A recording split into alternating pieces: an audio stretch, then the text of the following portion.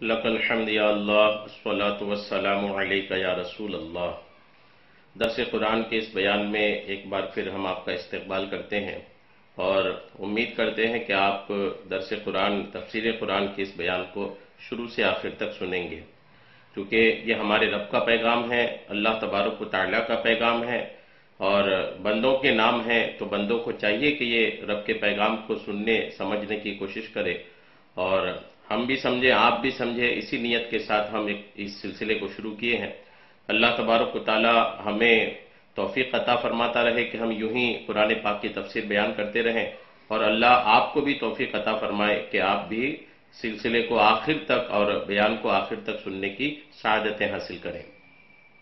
آج ہمارے جو درس میں سورہ بقرہ کی آیت نمبر 8 سے الحمدللہ ہم تفسیر بیان کرنے کی سعادت حاصل کر رہے ہیں۔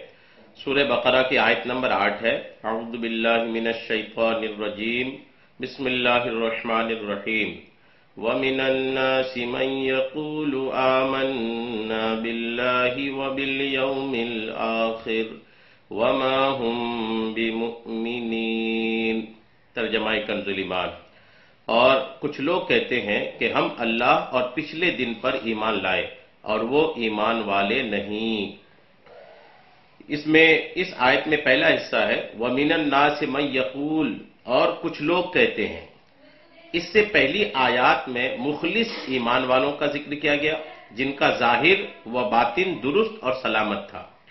پھر ان مشرکین، ان کفار کا ذکر کیا گیا جو سرکشی اور عناد پر قائم تھے۔ اور اب یہاں سے لے کر آیت نمبر 20 تک، یہاں سے لے کر کے آیت نمبر 20 تک منافقوں کا حال بیان کیا جا رہا ہے، جو کہ اندرون خانہ بے ایمان تھے اور اپنے آپ کو مسلمان ظاہر کرتے تھے۔ یعنی ایسے لوگ جن کا باطن میں کفر تھا، باطن میں ان کا ایمان نہیں تھا، لیکن ظاہری طور پر خود کو مسلمان دکھانے کی کوشش کرتے تھے اور ظاہر کرتے تھے کہ ہم مسلمان ہیں۔ اس طرح کے لوگ منافق کہلاتے ہیں۔ اب یہ آیت نمبر 8 سے لے کر آیت نمبر 20 تک سورہ بقرہ کی اللہ تبارک و تعالیٰ نے منافقین کے بارے میں اس میں ذکر فرمایا ہے۔ اس آیت کا خلاصہ یہ ہے کہ کچھ لوگ اپنی زبانوں سے اس طرح کہتے ہیں کہ ہم اللہ تعالیٰ پر اور آخرت کے دن پر ایمان لے آئے ہیں، حالانکہ وہ ایمان لانے والے نہیں ہیں، کیونکہ ان کا ظاہر ان کے باطن کے خلاف ہے، بلکہ حقیقت یہ ہے کہ وہ منافق ہیں۔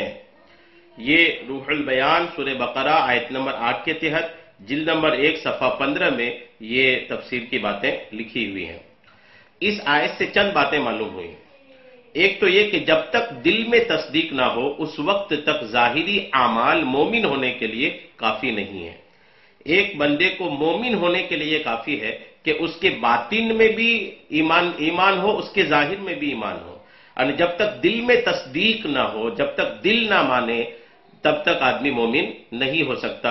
اگرچہ دکھاوا کے طور پر، ظاہری طور پر دکھنے میں جو چیزیں ہو رہی ہیں وہ سب مسلمانوں کی طرح کر رہے ہیں، لیکن اگر دل میں ایمان نہیں ہے تو پھر وہ مومن نہیں ہے۔ دوسری بات، جو لوگ ایمان کا دعویٰ کرتے ہیں اور کفر کا اعتقاد رکھتے ہیں سب منافقین ہیں۔ تیسری، یہ اسلام اور مسلمانوں کے لیے کھلے کفار سے زیادہ نقصان دہ ہیں۔ جو منافقین ہیں یہ سخت نقصان دہ ہے اور سخت پریشان کن ہے۔ ایسے لوگوں کی وجہ سے اسلام کو بہت تکلیف پہنچی ہے، اسلام کو بہت نقصان پہنچا ہے۔ اس کے بعد آیت کا حصہ ہے وَمِنَ النَّاسِ، اور کچھ لوگ، یعنی منافقوں کو کچھ لوگ کہنے میں اس بات کی طرف اشارہ ہے کہ یہ گروہ بہت صفات اور بہتر صفات اور انسانی کمالات سے ایسا خالی ہے کہ اس کا ذکر کسی وصف و خوبی کے ساتھ نہیں کیا جاتا، بلکہ یوں کہا جاتا ہے کہ کچھ لوگ ہیں۔ اس لیے انبیاء کرام علیہم الصلاۃ والسلام کو محض انسان یا صرف بشر کے لفظ سے ذکر کرنے میں ان کے فضائل و کمالات کے انکار کا پہلو نکلتا ہے، لہٰذا اس سے اجتناب یعنی بچنا لازم ہے۔ اگر آپ قرآن پاک کا مطالعہ کریں تو معلوم ہوگا کہ انبیاء کرام علیہم الصلاۃ والسلام کو صرف بشر کے لفظ سے ذکر کرنا کفار کا طریقہ ہے، جبکہ مسلمان انبیاء کرام علیہم الصلاۃ والسلام کا تذکرہ عظمت و شان سے کرتے ہیں۔ یعنی جب بھی انبیاء کرام کا ذکر کرنی چاہیے عظمت و شان کے ساتھ، اچھے القابات کے ساتھ، اچھے الفاظ کے ساتھ انبیاء کرام کا ذکر کرنی چاہیے۔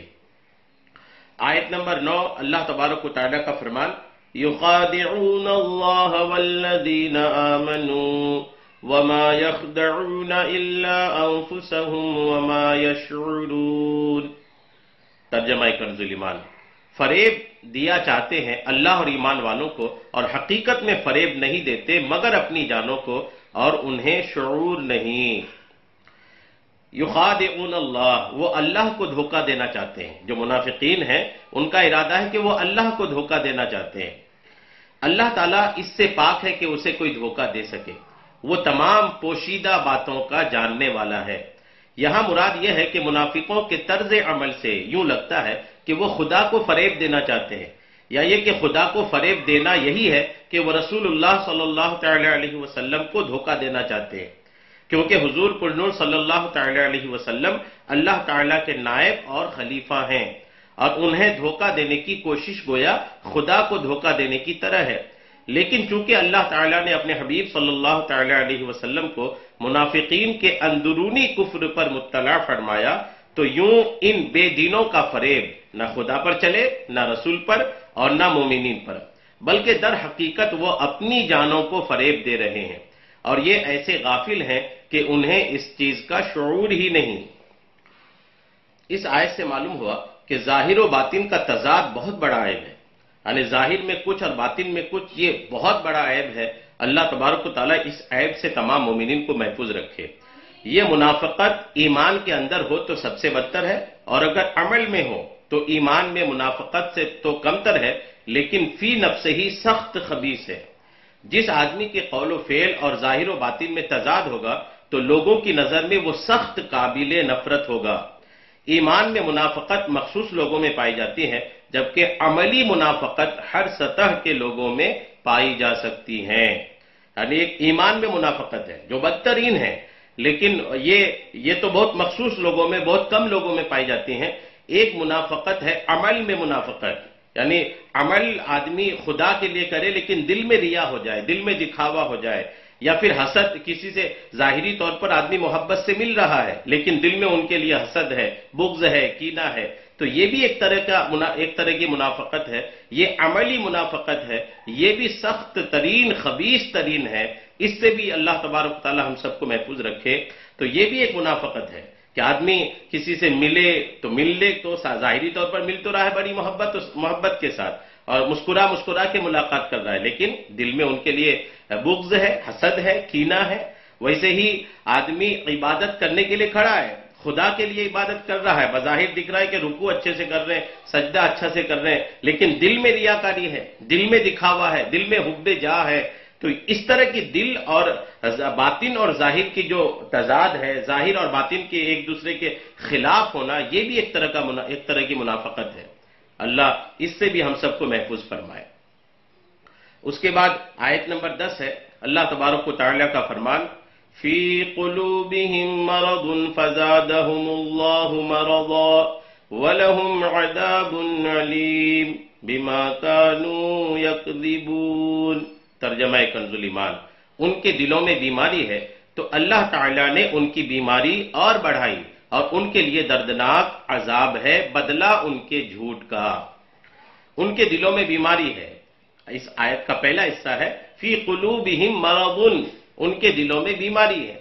اس آیت میں قلبی مرض سے منافقوں کی منافقت اور حضور پرنور صلی اللہ تعالی علیہ وسلم سے بغض کی بیماری ہے۔ معلوم ہوا کہ بد عقیدگی روحانی زندگی کے لیے تباہ کن ہے، نیز حضور اقدس صلی اللہ تعالی علیہ وسلم کی عظمت و شان سے جلنے والا مریض القلب یعنی دل کا بیمار ہے۔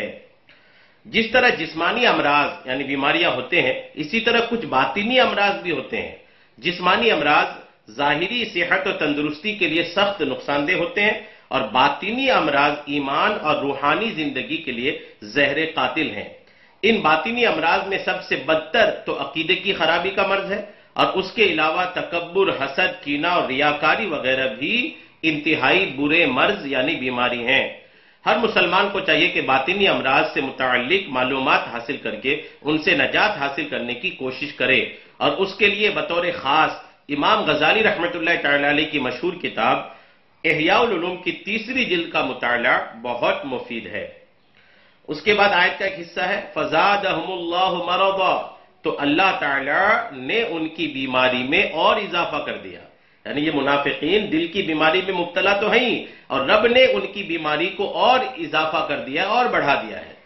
مفسرین نے اس اضافے کی مختلف صورتیں بیان کی ہیں. ان میں سے 3 صورتیں درج ذیل ہیں.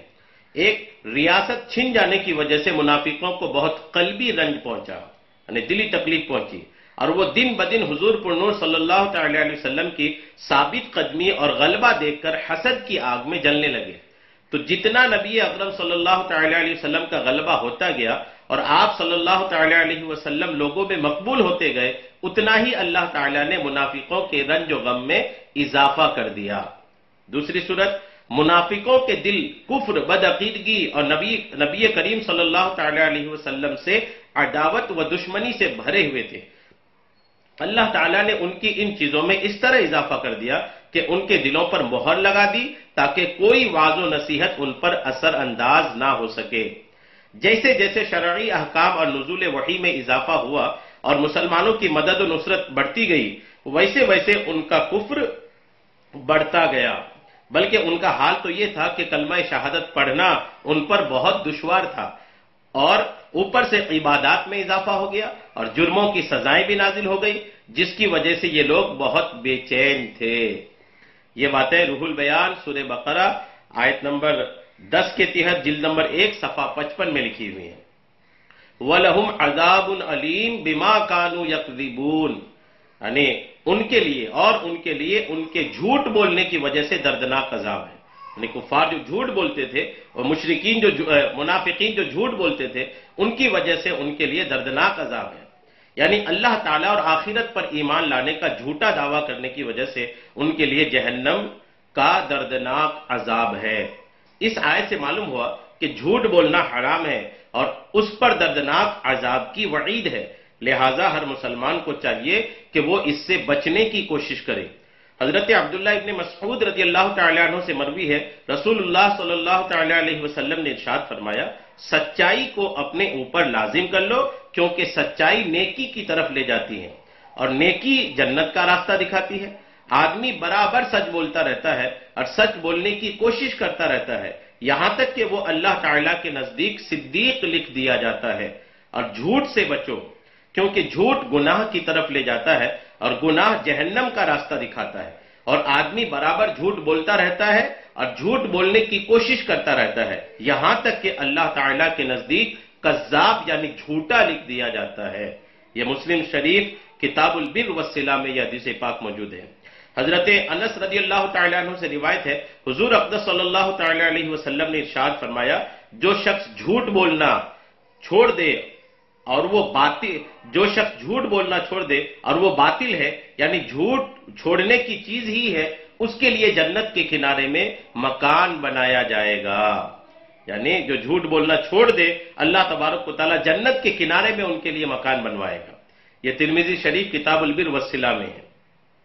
اس کے بعد آیت نمبر 12 ہے اللہ کا فرمان، وَإِذَا قِيلَ لَهُمْ لَا تُفْسِدُوا فِي الْأَرْضِ قَالُوا إِنَّمَا نَحْنُ مُصْلِحُونَ أَلَا إِنَّهُمْ هُمُ الْمُفْسِدُونَ وَلَكِنْ لَا يَشْعُرُونَ.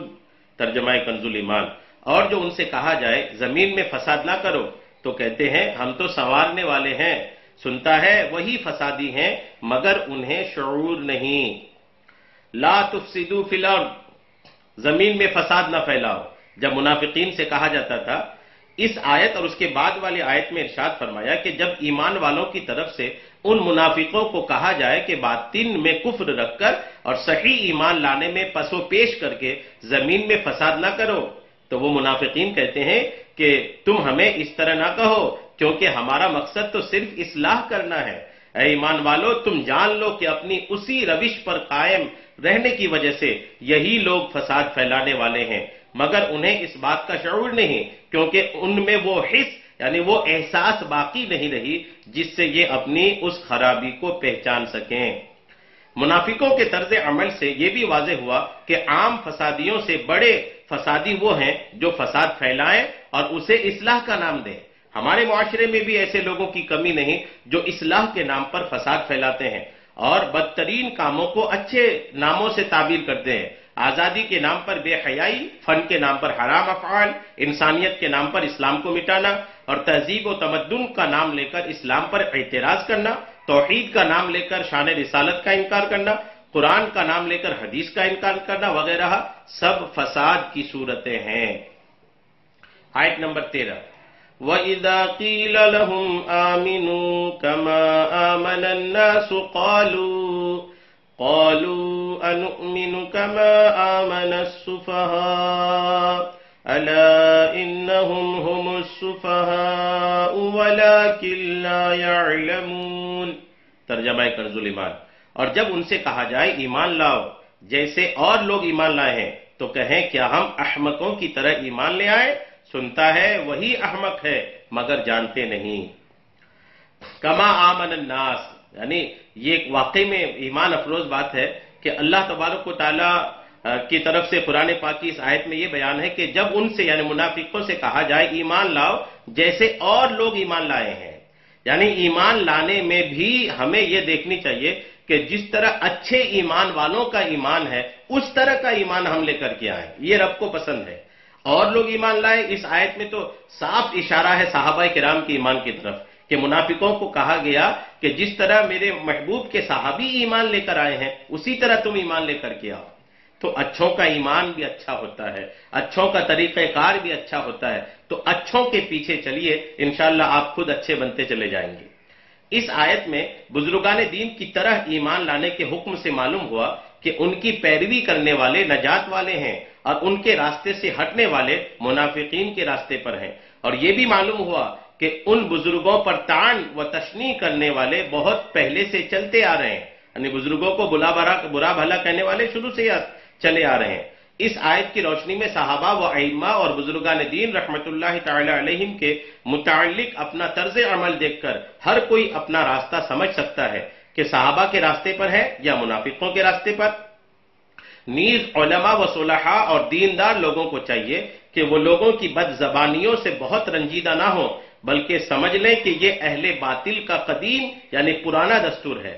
نیز دینداروں کو بے وقوف یا دقیانوسی خیالات والا کہنے والے خود بے وقوف ہیں۔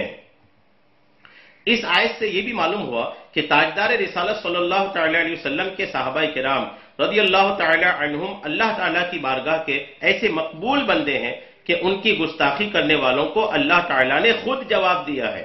صحابہ کرام رضی اللہ تعالی عنہم کے بارے میں حضرت ابو سعید خدری رضی اللہ تعالی عنہ سے روایت ہے، حضور پرنور صلی اللہ تعالی علیہ وسلم نے ارشاد فرمایا، میرے صحابہ رضی اللہ تعالی عنہم کو گالی گلوچ نہ کرو، ان کا مقام یہ ہے کہ اگر تم میں سے کوئی احد پہاڑ کے برابر سونا اللہ تعالیٰ کی راہ میں خرچ کرے تو اس کا ثواب میرے کسی صحابی رضی اللہ تعالی عنہم کے ایک مد، ایک چھوٹی سی مقدار بلکہ آدھا مد خرچ کرنے کے برابر بھی نہیں ہو سکتا۔ بخاری شریف کتاب و فضائل و اصحاب النبی صلی اللہ تعالی علیہ وسلم میں یہ حدیث پاک ہے۔ اور اللہ تعالیٰ کے اولیاء کے بارے میں حضرت ابو ہریرہ رضی اللہ تعالی عنہ سے روایت ہے، حضور اقدس صلی اللہ تعالی علیہ وسلم فرماتے ہیں کہ اللہ تعالیٰ نے فرمایا، جو میرے کسی ولی سے دشمنی کرے اسے میں نے لڑائی کا اعلان کر دیا ہے۔ الحمدللہ۔ بخاری شریف کتاب الرقاق میں یہ حدیث پاک ہے۔ اس سے ان لوگوں کو نصیحت حاصل کرنی چاہیے جو صحابہ کرام رضی اللہ تعالی عنہم کی بے ادبی اور گستاخی کرتے ہیں اور اللہ تعالیٰ کے اولیاء کے بارے میں غلط عقائد و نظریات رکھتے ہیں، ان کو سبق حاصل کرنی چاہیے۔ سورہ بقرہ کی آیت نمبر 14، اللہ کا فرمان، وَإِذَا لَقُوا الَّذِينَ آمَنُوا قَالُوا آمَنَّا وَإِذَا خَلَوْا إِلَى شَيَاطِينِهِمْ قَالُوا إِنَّا مَعَكُمْ إِنَّمَا نَحْنُ مُسْتَهْزِئُونَ۔ اور جب ایمان والوں سے ملیں تو کہیں ہم ایمان لائے، اور جب اپنے شیطانوں کے پاس اکیلے ہوں تو کہیں ہم تمہارے ساتھ ہیں، ہم تو یوں ہی ہنسی کرتے ہیں۔ یہ منافقوں کی ایک برائی اس میں بیان کی گئی، یعنی وَإِذَا لَقُوا الَّذِينَ آمَنُوا، اور جب یہ ایمان والوں سے ملتے ہیں، یعنی منافقین کا مسلمانوں کو بے وقوف کہنا اور کفار سے اظہار یکجہتی کرنا اپنی نجی محفلوں میں تھا، جبکہ مسلمانوں سے تو وہ یہی کہتے تھے کہ ہم مخلص مومن ہیں، اسی طرح آج کل کے گمراہ لوگ مسلمانوں سے اپنے فاسد خیالات کو چھپاتے ہیں، مگر اللہ تعالیٰ ان کی کتابوں اور تحریروں سے ان کے راز فاش کر دیتا ہے۔ رسول کریم صلی اللہ تعالی علیہ وسلم نے ارشاد فرمایا کہ ان سے دور رہو اور انہیں اپنے سے دور کرو، کہیں وہ تمہیں گمراہ نہ کر دیں، کہیں وہ تمہیں فتنہ میں نہ ڈال دیں۔ مسلم شریف کے مقدمہ میں یہ حدیث پاک موجود ہے۔ اعلی حضرت امام احمد رضا خان رحمۃ اللہ تعالی علیہ فرماتے ہیں، مسلمان کا ایمان ہے کہ اللہ و رسول سے زیادہ کوئی ہماری بھلائی چاہنے والا نہیں، اور اللہ و رسول جل وعلا صلی اللہ تعالی علیہ وسلم جس بات کی طرف بلائیں یقیناً ہمارے دونوں جہان کا اس میں بھلا ہے، اور جس بات سے منع فرمائے بلا شبہ سراسر ضرور بلا ہے۔ مسلمان صورت میں ظاہر ہو کر جو ان کے حکم کے خلاف کی طرف بلائے، یقین جان لو کہ یہ ڈاکو ہے، اس کی تعویلوں پر ہرگز کان نہ رکھو۔ رہزن جو جماعت سے باہر نکال کر کسی کو لے جانا چاہتا ہے ضرور چکنی باتیں کرے گا، اور جب یہ دھوکے میں آیا اور ساتھ ہو لیا تو گردن مارے گا، مال لوٹے گا۔ شامت اس بکری کی کہ اپنے راعی یعنی چرانے والے کا ارشاد نہ سنے، اور بھیڑیا جو کسی بھیڑ کی اون پہن کر آیا اس کے ساتھ ہو لے۔ ارے مصطفیٰ صلی اللہ تعالی علیہ وسلم تمہیں منع فرماتے ہیں، وہ تمہاری جان سے بڑھ کر تمہارے خیر خواہ ہیں۔ حریص علیکم، تمہارا مشقت میں پڑنا ان کے قلب اقدس پر گرا ہے۔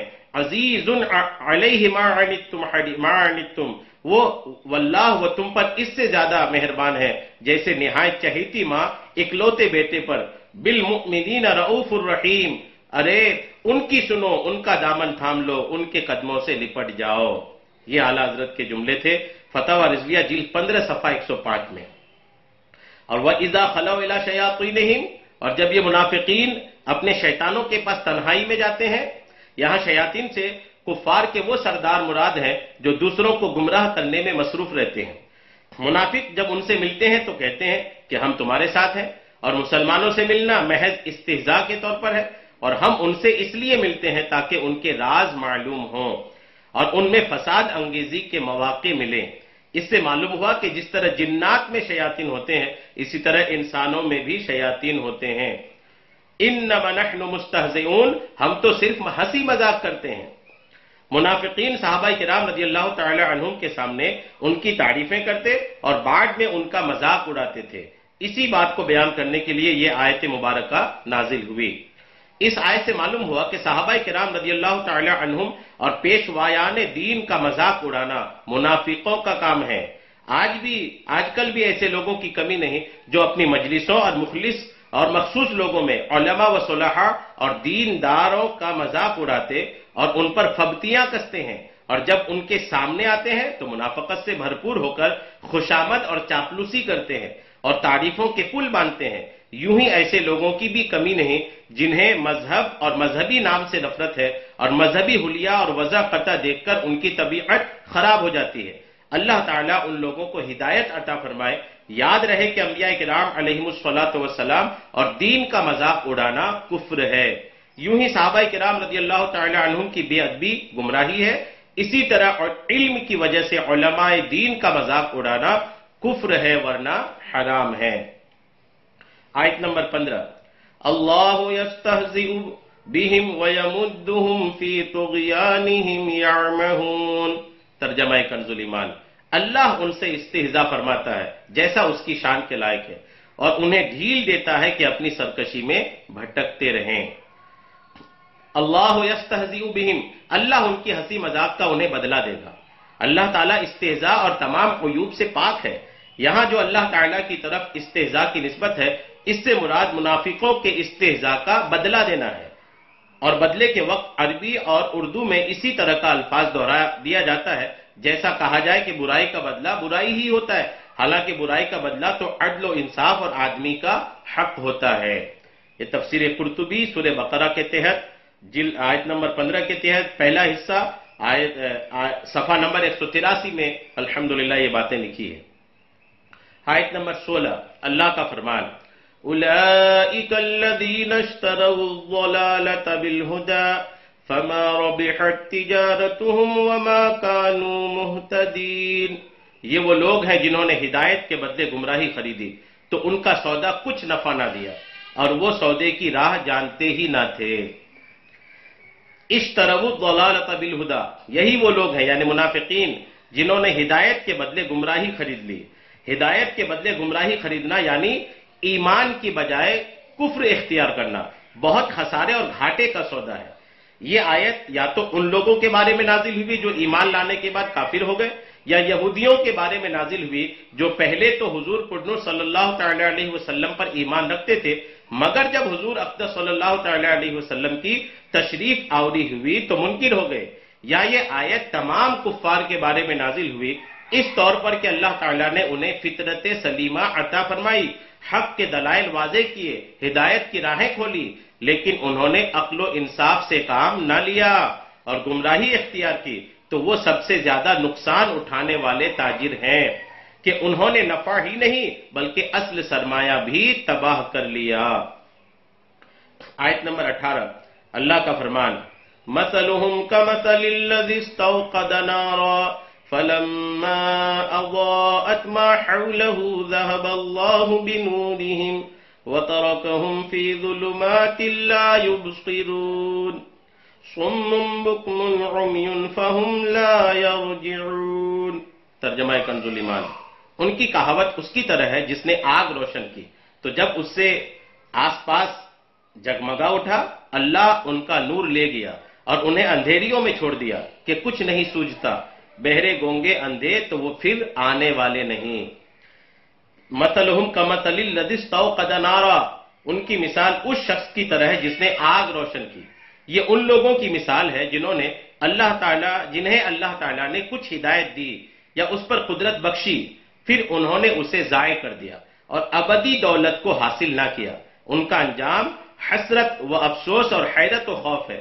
اس میں وہ منافق بھی داخل ہیں جنہوں نے اظہار ایمان کیا اور دل میں کفر رکھ کر اقرار کی روشنی کو ضائع کر دیا، اور وہ بھی جو مومن ہونے کے بعد مرتد ہو گئے، اور وہ بھی جنہیں فطرت سلیمہ عطا ہوئی اور دلائل کی روشنی نے حق کو واضح کیا مگر انہوں نے اس سے فائدہ نہ اٹھایا اور گمراہی اختیار کی، اور جب حق کو سننے، ماننے، کہنے اور دیکھنے سے محروم ہو گئے تو کان، زبان، آنکھ سب بیکار ہیں۔ اس کے بعد آیت نمبر 20 اللہ کا فرمان، او کصیب من السماء فیہ ظلمات ورعد وبرق یجعلون اصابعهم فی آذانهم من الصواعق حذر الموت واللہ محیط بالکافرین۔ آیت نمبر 19 ہو گئی، اور اس کے بعد آیت نمبر 20، یکاد البرق یخطف ابصارهم كلما اضاء لهم مشوا فیہ وَإِذَا أَظْلَمَ عَلَيْهِمْ قَامُوا وَلَوْ شَاءَ اللَّهُ لَذَهَبَ بِسَمْعِهِمْ وَأَبْصَارِهِمْ إِنَّ اللَّهَ عَلَى كُلِّ شَيْءٍ قَدِيرٌ۔ ترجمہ کنز الایمان، یا جیسے آسمان سے اترتا پانی کہ اس میں اندھیریاں ہیں اور گرج اور چمک اپنے کانوں میں انگلیاں ٹھوس رہے ہیں کڑک کے سبب موت کے ڈر سے، اور اللہ کافروں کو گھیرے ہوئے ہے۔ بجلی یوں معلوم ہوتی ہے کہ ان کی نگاہیں اچانک لے جائے گی، جب کچھ چمک ہوئی اس میں چلنے لگے، اور جب اندھیرا ہوا کھڑے رہ گئے، اور اللہ چاہتا تو ان کے کان اور آنکھیں لے جاتا، بے شک اللہ سب کچھ کر سکتا ہے نا۔ ہدایت کے بدلے گمراہی خریدنے والوں کی یہ دوسری مثال بیان کی گئی ہے، اور یہ ان منافقین کا حال ہے جو دل سے اسلام قبول کرنے اور نہ کرنے میں شک میں رہتے تھے۔ ان کے بارے میں فرمایا کہ جس طرح اندھیری رات اور بادل و بارش کی تاریکیوں میں مسافر حیرت میں ہوتا ہے اور پریشان حال رہتا ہے، جب بجلی چمکتی ہے تو کچھ چل لیتا ہے اور جب اندھیرا ہوتا ہے تو کھڑا رہ جاتا ہے، اسی طرح اسلام کے غلبہ اور معجزات کی روشنی اور آرام کے وقت منافق اسلام کی طرف راغب ہوتے ہیں، اور جب کوئی مشقت پیش آتی ہے تو کفر کی تاریکی میں کھڑے رہ جاتے ہیں اور اسلام سے ہٹنے لگتے ہیں، اور یہی مقام اپنے اور بیگانے، مخلص اور منافق کی پہچان کا ہوتا ہے۔ منافقوں کی اسی طرح کی حالت سورہ نور آیت نمبر 48 اور 49 میں بیان کی گئی ہے۔ علی کل شیء قدیر، اللہ تعالیٰ ہر شے پر قادر ہے۔ شے اسی کو کہتے ہیں جسے اللہ تعالیٰ چاہے اور جو مشیت یعنی چاہنے کے تحت آ سکے۔ ہر ممکن چیز شے میں داخل ہے اور ہر شے اللہ تعالیٰ کی قدرت میں ہے، اور جو ممکن نہیں بلکہ واجب یا محال ہے اس سے اللہ تعالیٰ کے ارادہ اور قدرت کا تعلق ہی نہیں ہے۔ جیسے اللہ تعالیٰ کی ذات و صفات واجب ہیں، اس لیے قدرت کے تحت داخل نہیں۔ مثلا یہ نہیں ہو سکتا کہ اللہ تعالیٰ چاہے تو اپنا علم ختم کر کے بے علم ہو جائے، یا معاذ اللہ جھوٹ بولے۔ یاد رہے کہ ان چیزوں کا اللہ تعالیٰ کی قدرت کے تحت نہ آنا اس کی قدرت میں نقص و کمی کی وجہ سے نہیں، بلکہ یہ ان چیزوں کا نقص ہے کہ ان میں یہ صلاحیت نہیں کہ اللہ تعالیٰ کی قدرت سے متعلق ہو سکے۔ الحمدللہ۔ تو یہ منافقین کے تعلق سے جو آیتیں تھیں، تقریباً 12 آیتیں تھیں منافقین کے تعلق سے سورہ بقرہ کی، ان 12 آیتوں کا الحمدللہ یہ مطلب اور معنی اور اس کی تفسیر ہم لوگ سننے اور سمجھنے کی سعادت حاصل کی۔ اللہ تبارک تعالی ہم سب کو ایمان کی حفاظت عطا فرمائے اور ہم سب کو قرآن پاک کو سمجھنے، سمجھانے اور اس پہ عمل کرنے کروانے کی توفیق عطا فرمائے۔ آمین بجاہ النبی الامین صلی اللہ تعالی علیہ وسلم۔